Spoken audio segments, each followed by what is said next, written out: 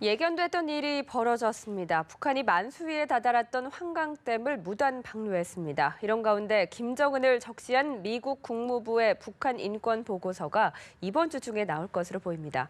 전옥현 전 국정원 제1차장, 북한 전략센터의 강철한 대표와 함께 자세한 얘기 나눠보겠습니다. 어서 오세요. 안녕하십니까. 먼저 환강댐 얘기부터 짚어보겠습니다. 북한이 환강댐을 방류를 했는데 이번에도 또 우리 측에 통보를 하지 않았습니다.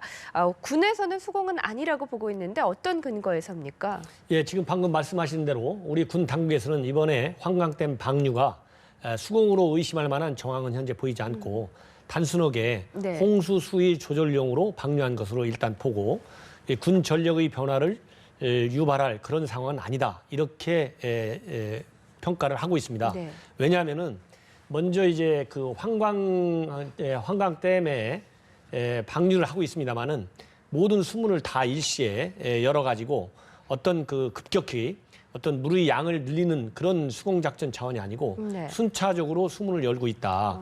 이것이 첫 번째 이유 중에 하나고요. 네. 그 다음에는 이제 환강댐 방류 시에 우리가 이제 대응 수위 조절 차원에서 활용하고 있는 군남댐이라든가 네. 또 이 군사국에선 최남단에 있는 그런 필승교 이런 그 주요 이 저수 시설의 수위에도 네. 아무런 변화가 없다. 그래서 현재까지 이 방류하고 있는 방류 양이라든가 그런 그 순차 이 수문 그 여는 그런 상황을 볼 때 수공이라고 보기는 어렵다.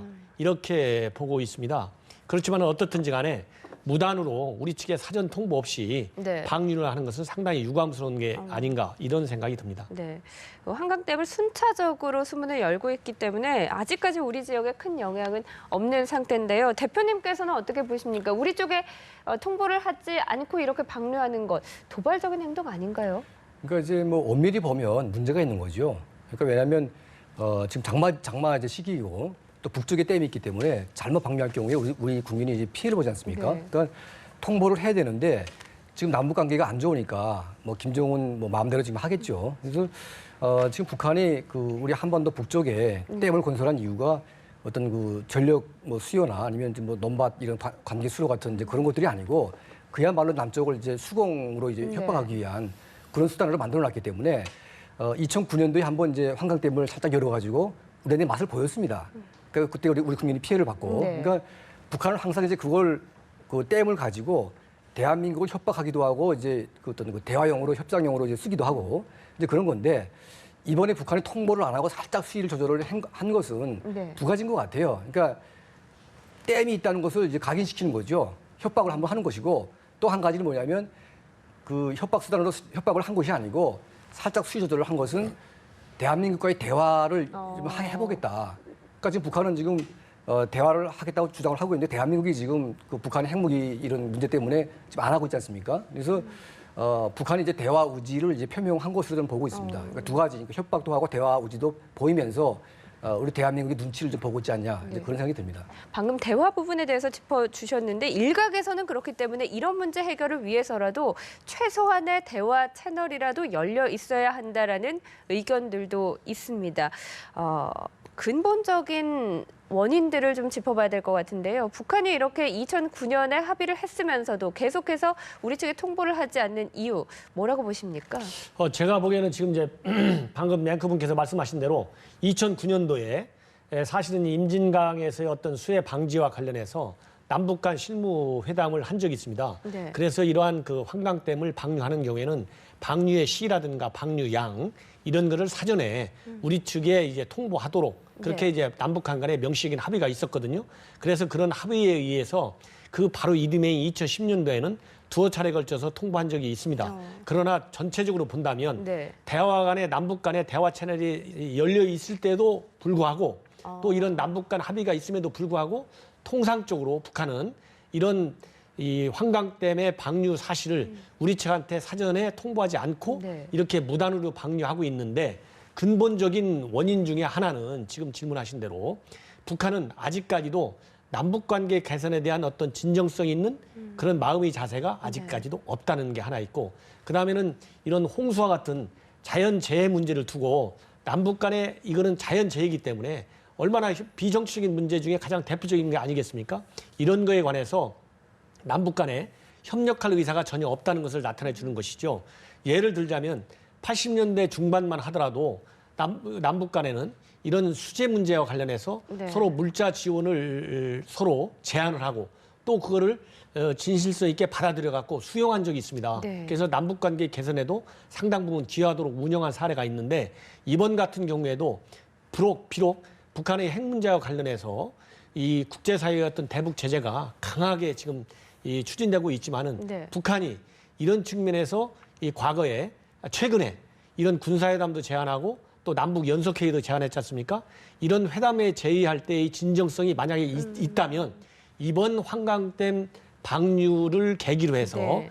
이런 군사회담이라도 연석회의의 제의의 어떤 진정성을 보여줄 수 있는 좋은 기회였는데 그렇지 못하고 있다. 이런 것이 또 한 번 안타까운 점이 아닌가. 그래서 북한이 이런 대화가 있든 없든 간에 이런 남북관계 개선에 대한 진정한 의지를 보여주지 못하고 있기 때문에 이런 사실이 계속 반복되고 있다. 이런 말씀을 드리고 싶습니다. 네, 북한이 정말로 대화를 하고 싶었다면 오히려 지금 대화가 없는 국면은 지금 한강댐을 방류할 때 얘기라도 해줬어야 된다. 이렇게도 해석할 수 있겠군요. 그렇습니다. 네. 그렇다면 과거 같은 이 과거의 냉전 시기의 남북 관계의 개선에 굉장히 이런 호기를 만들어 줬던 것처럼 이번 환강댐 방류 또 남북한 간에 다 같이 홍수를 맞이하고 있지 않습니까? 네.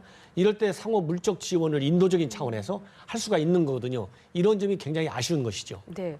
그런데 한강댐의 무단 방류도 그렇지만 북한의 댐들이 전체적으로 굉장히 노후화되고 튼튼하지가 않다고 하던데요. 네. 그렇다면 의도치 않게 댐이 무너진다거나 해서 우리 측에 피해를 줄 수도 있는 거 아닙니까? 그게 이제 엄청난 재난까지 갈 수도 있다고 좀 보고 있습니다. 왜냐하면 지금 북한이 경제난 때문에 많은 댐들을 건설해 놓고 있지만 이 관리가 안 되고 있습니다. 거의 방치되고 있다 보니까 만약에 이제 균열이 생겨서 문제가 생길 경우에는 우리가 엄청난 피해를 보기 때문에 이런 그 댐 문제는 저희가 북한하고 협의를 좀 해야 된다고 보고 있어요. 왜냐하면 이게 전쟁도 아닌 평화 시대 때 네.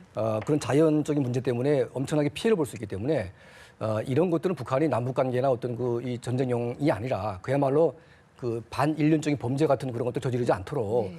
좀 이제 북한이 자제를 해야 될 것 같고요. 또 이제 이런 문제 가지고 협의를 우리가 하긴 했는데 이거는 협의를 안 하더라도 북한이 그냥 지켜야 될 의무거든요. 그럼요. 예. 그러니까 상류 지역에 있고 물을 방류하는데 그걸 왜 북한이 통보를 안 합니까? 그러니까 이 자체가 북한이 얼마나 문제가 있는지 보여주는 것이기 때문에 이건 남북 관계라는 문제를 떠나서 국제사회하고도 문제를 좀 제기해야 될 필요가 있지 않을까 그런 생각이 듭니다. 네. 예. 해마다 장마 기간만 되면 이런 일을 우려를 해야 되니까 그렇죠. 근본적인 부분을 좀 고쳐야 될 필요가 있어 보입니다. 강 대표님, 이런 가운데 우리 군이 최전방 지역의 대북 확성기 방송 시설 10여 개소를 추가로 설치를 한다고 합니다. 네. 여기에 김정은을 직접적으로 비판하는 내용도 상당히 실릴 것으로 예상이 되는데요. 어떤 효과를 얻을 수 있을까요? 그러니까 지금 우리 군이 확성기를 설치해 놓고 이제 개성 지역에서 지금 하고 있는데 북한이 대형 방송도 하고 있습니다. 그러니까 이건 개성 지역에 국한된 문제죠. 네. 그런데 우리 대한민국 경제력이 워낙 이제 강하다 보니까 여러 군데 해버리면 북한이 그걸 방어할 수가 없어요. 그러니까 방어가 안 되는 지역에서 북한이 이제 무차별적으로 우리 방송을 들을 경우에 네. 그 대북 방송기가 들어가는 10km 이내의 그 북한군 장교들은 대부분 이제 민경 부대라고 해가지고요. 제대할 경우에 노동당의 간부로 채용되는 이제 그런 아주 핵심 엘리트 계층인데. 이 사람들에게 이제 그 대한민국의 방송이 들어간다는 얘기가 네. 굉장히 무서운 거죠. 거기에다가 이제 김정은을 직접 겨냥을 해서 비난을 하게 되면 아무리 충성심이 강한 북한 군인이라고 할지라도 네. 그게 동요를 할 수밖에 없고 그래서 북한군 입장에서 상당히 좀 위협적인 일이 될 것 같습니다. 네, 과거에서 보면은 북한이 이 대북 확성기를 상당히 민감하게 생각했던 것으로 알 수가 있는데 어떤 효과를 얻을지 지켜봐야 될 것 같고요. 한편 북한이 6.25 전쟁은 아직도 계속되고 있다면서 으름장을 놨습니다. 북한 판문점 대표부의 이야기 들어보시죠. 6.25 전쟁은 아직도 계속되고 있다. 현재 군사분계선 전 지역에서 벌어지는 심리모략전은 극도에 달하고 있다.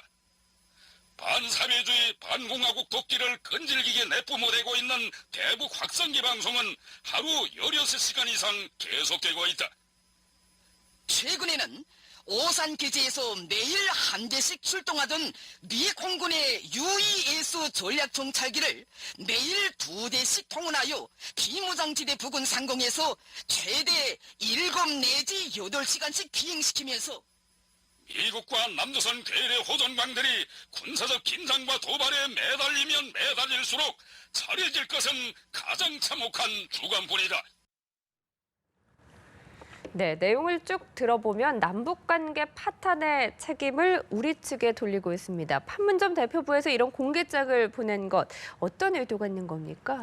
제가 보기에는 이제 우리 시청자 여러분들께서도 판문점 대표부 하면 그렇게 아주 익숙한 기관은 네. 아닌 걸로 이렇게 생각이 됩니다.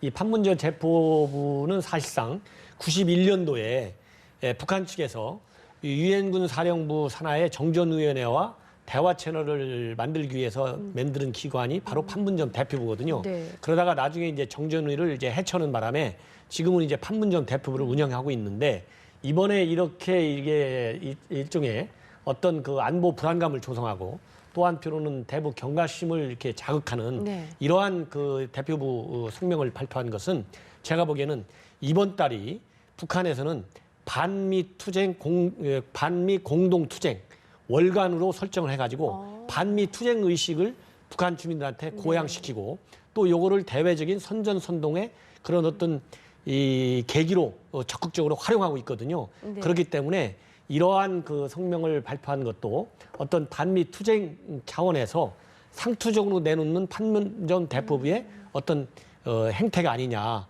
이런 생각이 이제 일면 들고 네. 그 다음에는 현재 이제 북한이 지난 당 대화와 최고인민회의를 통해서 김정은 유일 독재 시대를 확실하게 명실상부하게 구축하고 있는데 네. 이런 측면에서 그 북한 군부 차원에서 김정은한테 충성심을 보여주기 위해서 이러한 그런 도발적 이런 의도를 가지고 명분을 축적할 수 있는 어떤 기회로 삼고자 하는 그런 의도도 함께 내재되어 있다. 이렇게 평가가 됩니다. 네. 자, 이처럼 북한이 남북 관계 파탄의 책임을 계속해서 남측으로 돌리면서 위협 발언을 서슴지 않고 있는데요. 김정은의 심기를 불편하게 할 만한 소식이 들어와 있습니다. 미국이 북한의 열악한 인권 상황에 대한 제재 카드를 처음으로 꺼내든다고 합니다. 북한의 최고 지도자인 김정은이 이번 제재 리스트에 포함될 것으로 보입니다. 워싱턴 김범현 특파원의 보도 보신 후에 대담 이어가겠습니다. 핵과 미사일 도발을 이어가고 있는 북한에 대해 고강도 제재로 대응하고 있는 미국. 북한 김정은 정권의 자금줄을 전방위로 옥죄는 금융, 경제 제재에 이어 북한의 열악한 인권 상황을 제재 대상에 올리는 인권 제재가 그 다음 수순으로 꼽혀왔습니다. 그리고 미국 정부가 이르면 금주 중 강제 노동이나 구금 등 인권 유린이 자행되고 있는 북한 정치범 수용소와 같은 기관과 책임자에 대한 제재를 단행할 것으로 전해졌습니다. 북한 지도부 인사 15명 안팎, 그리고 기관 10곳 정도가 포함된다는 겁니다. 특히 이번 제재 대상에는 북한의 최고 지도자인 김정은이 포함될 것으로 예상됩니다. 그동안 미국은 대량 살상 무기 확산 등 여러 이유로 북한의 개인과 단체를 제재 대상, 즉 블랙리스트에 올려왔지만 최고 지도자를 명단에 넣기는 이번이 처음입니다. 북한의 1인자를 겨냥함으로써 대화보다는 북한을 더욱 강력하게 압박하겠다는 미국의 의지를 반영했다고 할 수 있습니다. 김정은이 미국의 제재 대상에 오르면 미국 내 자금 동결, 미국 입국 금지 등 다양한 조치가 취해지는 동시에 상징적으로 김정은에 대해 인권 유린 주도자라는 낙인을 찍게 됩니다. 김정은과 함께 이번 제재 리스트에는 김기남 선전선동부장 등이 포함될 예정이며 김정은의 여동생 김여정은 제외될 가능성이 큰 것으로 전해졌습니다. 지난 2월 발효된 미국의 대북 제재 강화법은 북한의 인권 유린에 책임 있는 인사들과 그 행위를 파악해 의회에 보고하도록 돼 있으며 제재 리스트는 의회에 보고될 예정입니다. 워싱턴에서 연합뉴스TV 김범현입니다. 네, 미국 국무부의 북한 인권 보고서에 김정은을 적시하는 건 어떤 의미가 있고 또 이 보고서가 어떤 효력을 갖는 겁니까? 이번에 이제 오바마 행정부가 의회에 이제 보고서를 제출하는데 네. 거기에 이제 사상 처음으로 김정은이를 적시해가지고 제재 리스트에 올리겠다는 것이거든요. 그리고 이렇게 본다면은 이제 국제적으로는 김정은이라는 북한의 최고 지도자를 네. 인권 제재에 해당 인물로 직접 명시하는 것은 이 국제적으로 처음 케이스가 되는 것인데요. 네. 사실은 지난해에 유엔에서 북한을 김정은 체제가 인권 탄압의 가장 최악의 어떤 기록을 가지고 있는 그런 정권이다. 그래서 북한에서 대북 인권 제재 결의안이 나올 때 네. 김정은이와 그 측근들을 다 포함시키는 명시적으로 이런 결의안을 채택하려다가 중국 등 일부 그런 그 유엔 회원국의 반대로 인해서 김정은이라는 이름이 빠졌었습니다. 그러나 이제 미국의 경우에는 지난 2월 달에 방금 보도에서 보신 대로 대북 제재 강화법을 발효시키면서 반드시 인권 제재 대상 인물을 적시하도록 행정부에 이런 의무 부과를 해놨어요. 네. 예, 그렇기 때문에 그 법안에 따라서 이제 오바마가 의회에